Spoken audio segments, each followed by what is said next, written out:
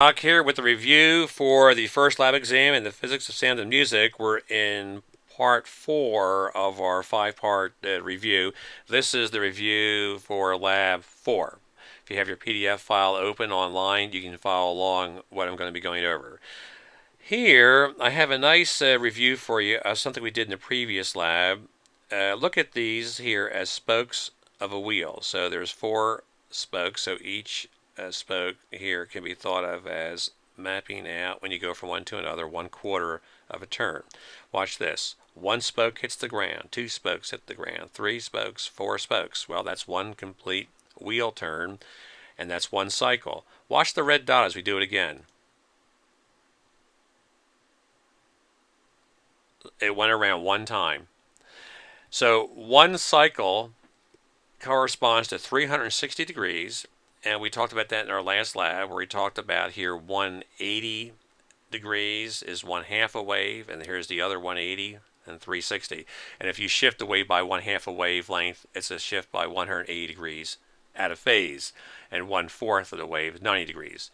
What is amplitude modulation? Amplitude modulation is changing the amplitude of a wave. You're modulating the amplitude. Modulation means change. So here is a wave, and I change the amplitude with this control, which says amplitude is going to be large here, and now not so large. So you come on down, less and large, etc. That's amplitude modulation. The wave that you're working on is called the carrier, and the controller is called the modulator wave. Next it says, what is noise and what kind of sounds represent noise? I think here it'd be good to go to something like 413 or 412. Any of these work here. This is 411. Let's use 411 here, where I have a wave carrier at 250 hertz. By the way, that's 4 milliseconds. Remember, to get milliseconds period from your hertz is 1,000 over 250. So that's 4 milliseconds. And if I stop the modulator, I can see it. There it is. It's the carrier wave. Carrier waves, by the way, are things we can hear. So think of 20 hertz to 20,000 hertz, the range of human hearing, as your frequency range for your carrier. And your modulator, these are slower, say, to get your pulsations. Here you go from 1 hertz. Here are less than 1 hertz, like 0.2 hertz. That's taking 5 seconds to do 1. Remember, 0.2 hertz being your frequency. What's your period? 1 over 0.2. 1 over 0.2 is 5. So your period is 5 seconds.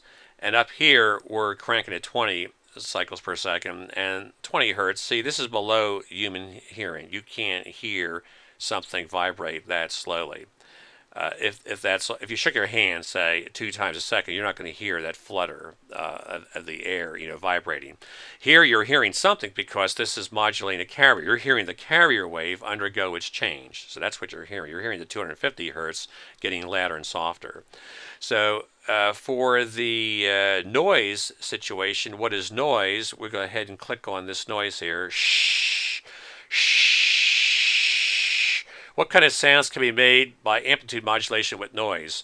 Well, if we apply the sine wave, this is shh, shh, shh, shh, shh, shh, shh, shh, shh, shh. Shh, shh, shh, shh, shh, shh, shh. If I had a square wave on there,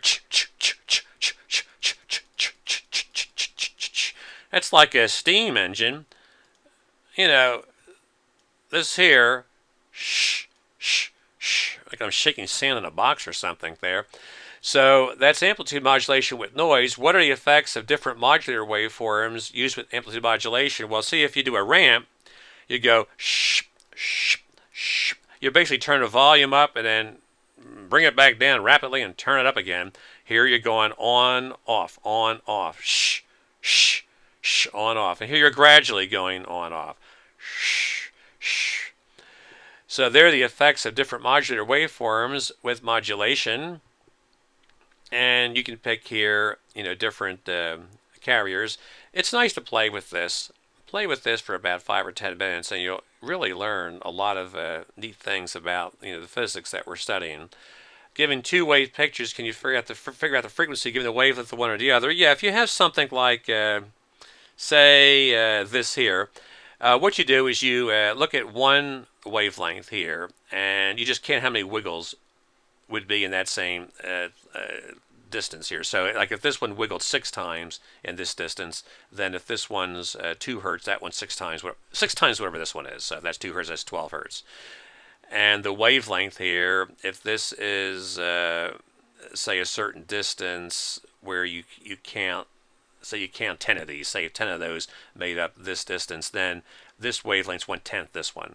So that's how you do that. You just kind of compare how many are in the other, and you can get that one figured out pretty easily.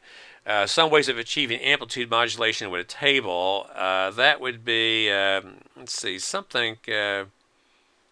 See something. Yeah, here you go. This is good. This same one here. So here, let's see. You're given instructions on here how to apply these modulators. Here in this case, we're simply going to let the modulator hit this thing. The rule is going to be multiply. So you'll be told basically the rule. If you're not told the rule, then you assume you just multiply, because that's the simplest thing to do with amplitude modulation. This means 1/2 the amplitude, so it turned up 1/2, so 1/2 times this. And if you're not sure what the rule is, ask me. Always ask question in the lab if you're not sure about how the question is being phrased.